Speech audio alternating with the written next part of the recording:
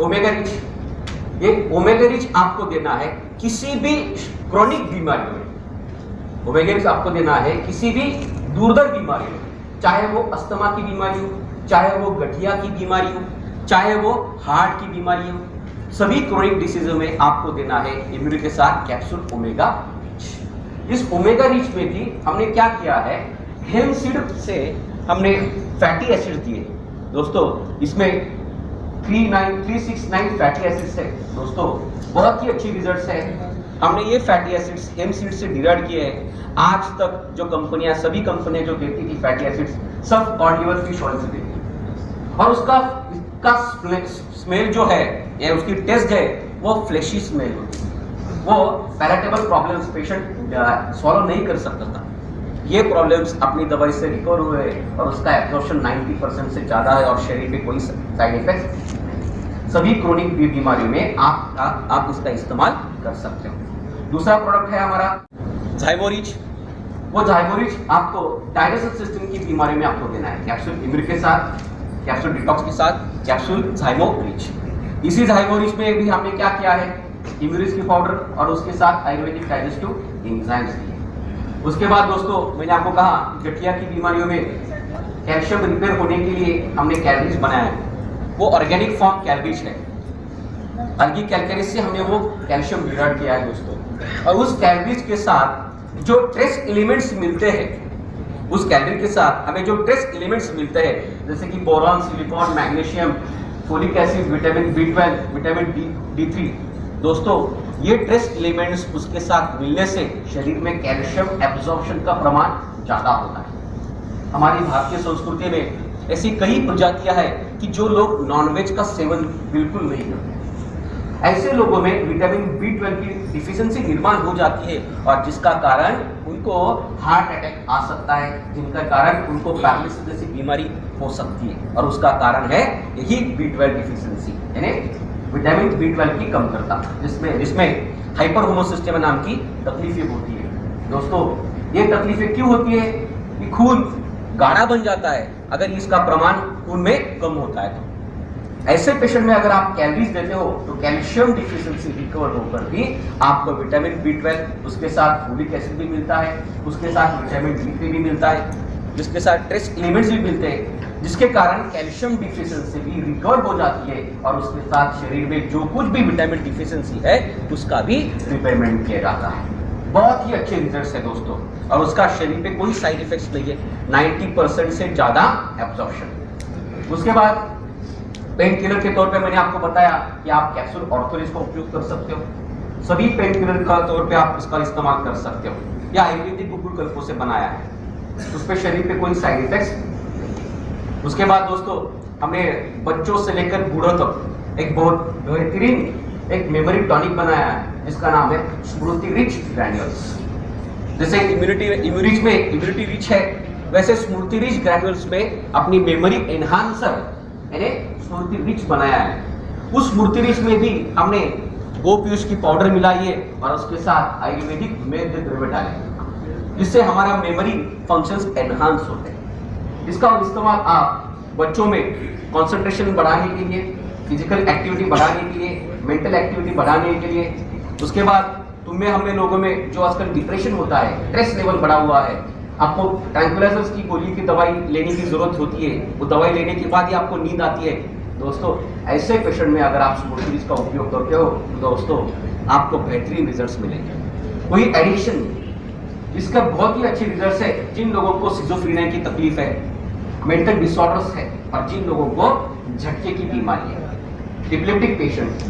दोस्तों ऐसे पेशेंट में जब आप स्मृति देते हो तो उसका कोई शरीर पे एडिक्शन नहीं होता है, और जो झटका ना आने की दवाइयां है उनका डोसेस धीरे धीरे कम करके आप उनके ही डॉक्टर उसका डोसेस कम करके बंद करेंगे, दोबारा उनको झटका नहीं आएगा। सिर्फ स्मृति रिच डायबिटीज पेशेंट छोड़कर सभी में आप इसका इस्तेमाल कर सकते हो। एपिलेप्टिक पेशेंट कन्वर्जेंस, उसको कन्वर्जेंस कहते हैं और सरल हिंदी भाषा में उसको झटका बोलते हैं। और दूसरा प्रोडक्ट है, दूसरा पुरुषों के लिए सिर्फ बनाया है, वो है फाइटोग्राटियस।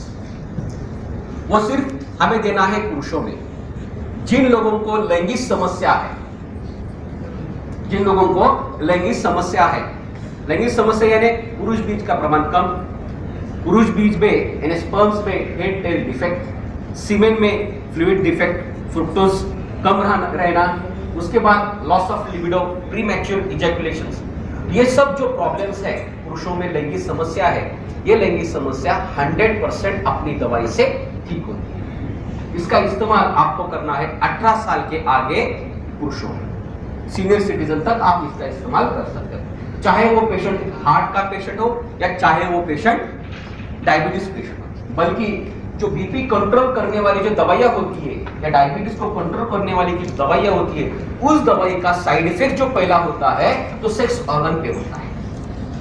इन दवाइयों के साइड इफेक्ट की वजह से उनकी सेक्स पावर कम होती है दोस्तों। तो ऐसे पेशेंट में भी आप इसका इस्तेमाल कर सकते हो। बल्कि मार्केट में जो दवाई मिलती है वो दवाई ऐसे पेशेंट में नहीं दी जा सकती, क्योंकि उसका रिजल्ट इंस्टेंट होता है जिससे उनको हार्ट अटैक आने की संभावना होती है। जो मार्केट में दवाई मिलती है तो वो कॉन्ट्राइंडिकेशन है डायबिटीज पेशेंट में और इस्केमिक हार्ट डिसीज वाले पेशेंट में। ऐसे पेशेंट में भी आप फाइटोग्रा टीएस का इस्तेमाल कर सकते हैं। उसके बाद ऑटोइम्यून डिसऑर्डर्स में जो कैंसर नाम की बीमारी है, उस कैंसर पेशेंट के लिए जो ट्रीटमेंट है, बहुत ही अच्छी ट्रीटमेंट है दोस्तों अपनी, वो है कैप्सूल इमेरिज, दूसरा है कैप्सूल डिटॉक्सिफाई और तीसरा है कैप्सूल ग्रिंडेज। दोस्तों मैंने आपको सुबह बताया कि कैंसर ये ऑटोइम्यून डिसऑर्डर है, ये अपने आप ये शरीर में बनने वाली बीमारी है। ऐसे बीमारी के लिए दोस्तों मार्केट में जो ट्रीटमेंट है वो बहुत ही अच्छी ट्रीटमेंट है। फर्स्ट ट्रीटमेंट है ऑपरेशन। जब कैंसर फर्स्ट स्टेज में होता है तो ऐसा पेशेंट को ऑपरेशन करके कैंसर वाला भाग निकाल फेंक दिया जाता है दोस्तों। तो ऐसा पेशेंट में दोबारा कैंसर नहीं होता।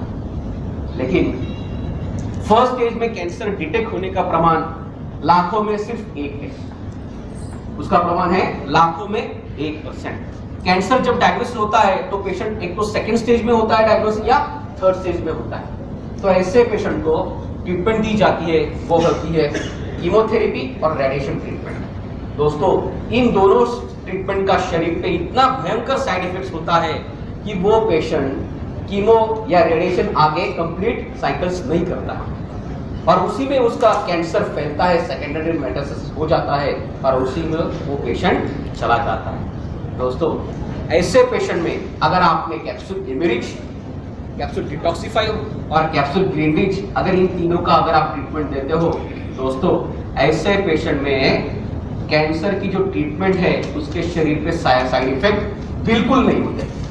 वो पेशेंट कीमो और रेडिएशन टॉलरेट करता है, शरीर पे कोई साइड इफेक्ट्स ना होने से वो साइकिल्स वो कंप्लीट कर देता है और जिससे कैंसर को कंट्रोल करने में वो राहत मिलती है, पेशेंट को रिलीफ मिलता है। दोस्तों हमारे पास कई ऑन्कोलॉजिस्ट यानी कैंसर तज्ञ डॉक्टर का फोन आता है कि डॉक्टर साहब हमने इस पेशेंट में जो साइकिल्स तय किए थे वो 50 तय किए थे और हमें आज तक का अनुभव है कि 50 की 50 साइकिल्स एक भी पेशेंट ने कंप्लीट नहीं किए। लेकिन आपके इस पेशेंट में ये कंप्लीट किए और हमने इस पेशेंट को ये ऐलान किया है कि इस पेशेंट का कैंसर अब ठीक हो गया है, कम से कम 10 साल तक वो कैंसर दोबारा नहीं हो जाएगा। तो हमें जब वो फोन करते हैं कि सर आपने उनमें क्या क्या ट्रीटमेंट किया है, तो हम बोलते हैं हमने उनको दिया है कैप्सूल इमेरिज, कैप्सूल डिटॉक्सिफाई और कैप्सूल ग्रिंडेज। तो बोलते हैं कैप्सूल इमेरिज क्या काम करता है, तो ये कैप्सूल इमेरिज बीमारी के जड़ पे काम करता है, ऑटोइम्यून डिसऑर्डर पे काम करता है। कैप्सूल ग्रिंडेज क्या काम करता है, कैप्सूल इमेरिज से कैंसर एक जगह से दूसरे जगह ना फैलने के लिए काम करता है। जो कुछ भी फ्री रेडिकल्स डिपॉजिट होते हैं उसको न्यूट्रलाइज करने के लिए एंटीऑक्सीडेंट तौर पे काम करता है कैप्सूल ग्रिंडेज और कैप्सूल डिटॉक्सिफाई काम करता है शरीर में कैंसर का दोबारा निर्माण ना होने। इन तीनों के ट्रीटमेंट से दोस्तों हम कैंसर पे मात कर सकते हैं और कैंसर को कंट्रोल कर सकते हैं। ओमेगा दे सकते हैं इसमें, हाँ, ये कैंसर को कंट्रोल कर सकते हैं। दोस्तों मैंने आपको सुबह बताया कि फ्री रेडिकल ऑक्सीडेटिव स्ट्रेस यानी शरीर में धुआं जमने की प्रोसेस, मैंने आपको एक उदाहरण भी दिया था कि हमारी जो गाड़ी चलती है वो ईंधन पे चलती है, ईंधन से गाड़ी के इंजन में एनर्जी निर्माण हो जाती है और धुआं निर्माण हो जाता है। वो धुआं साइलेंसर में से बाहर निकलता है। हमने अगर साइलेंसर ब्लॉक किया तो वो धुआं जमने से वो गाड़ी मर जाती है। गाड़ी मरती नहीं है, गाड़ी को कैंसर होता है। गाड़ी को कैंसर होने से गाड़ी मर जाती है। वैसी स्थिति हमारे शरीर में होती है, वैसे ही हमारे शरीर में कैंसर बनता है। जहां एनर्जी निर्माण हो जाती है वहां पे धुआं निर्माण हो जाता है, और जहां पे वो धुआं डिपॉजिट होता है वहां का कैंसर होता है। तो आप लोग कहेंगे क्या डॉक्टर साहब आप कहते हो, हमें मालूम है कैंसर कैसे बनता है, हमें मालूम है कि तंबाकू खाने से मुंह में कैंसर बनता है, दारू पीने से लीवर में कैंसर बनता है, और सिगरेट लेने से लंग्स में कैंसर बनता है। मैं आपको ऐसे हजारों पेशेंट दिखा दूं जिन्होंने कभी लाइफ पे सिगरेट स्मोकिंग नहीं किया, उनको फेफड़ों में कैंसर हो गया। लाइफ में कभी दारू नहीं पी, उनको लीवर में कैंसर हो गया। लाइफ में कभी तंबाकू नहीं खाई, मुंह में कैंसर हो गया। कैसे हो गया? क्योंकि कैंसर उसी को होता है जहां पे वो धुआं जमता है वहां का कैंसर होता है। चाहे वो पेशेंट तंबाकू खाए या ना खाए, मुंह में जम गया मुंह का कैंसर, हड्डी में जम गया हड्डी का कैंसर, स्किन में जम गया स्किन का कैंसर, किडनी में जम गया किडनी का कैंसर। तो कैंसर होने का कारण मूल है धुआं जमना। तो दोस्तों ये धुआं शरीर से बाहर निकालने के लिए काम करता है कैप्सूल डिटॉक्सिफाई। इस कैप्सूल डिटॉक्सिफाई के जरिए दोस्तों जो हमारे डिटॉक्सिफिकेशन करने वाले जो हमारे शरीर के अवयव है, जो कि लीवर, हमारे लंग्स, हमारी स्किन और हमारी किडनी, इन ऑर्गन्स को वो एनहांस करता है। डिटॉक्सिफिकेशन करने के लिए वो एनहांस करता है, जिससे हमारे शरीर में धुआं शरीर से बाहर निकलता है। दोस्तों सभी डिटॉक्सिफिकेशन करने वाले अवयवों के बीमारियों में आप कैप्सूल डिटॉक्सिफाई का इस्तेमाल कर सकते हो।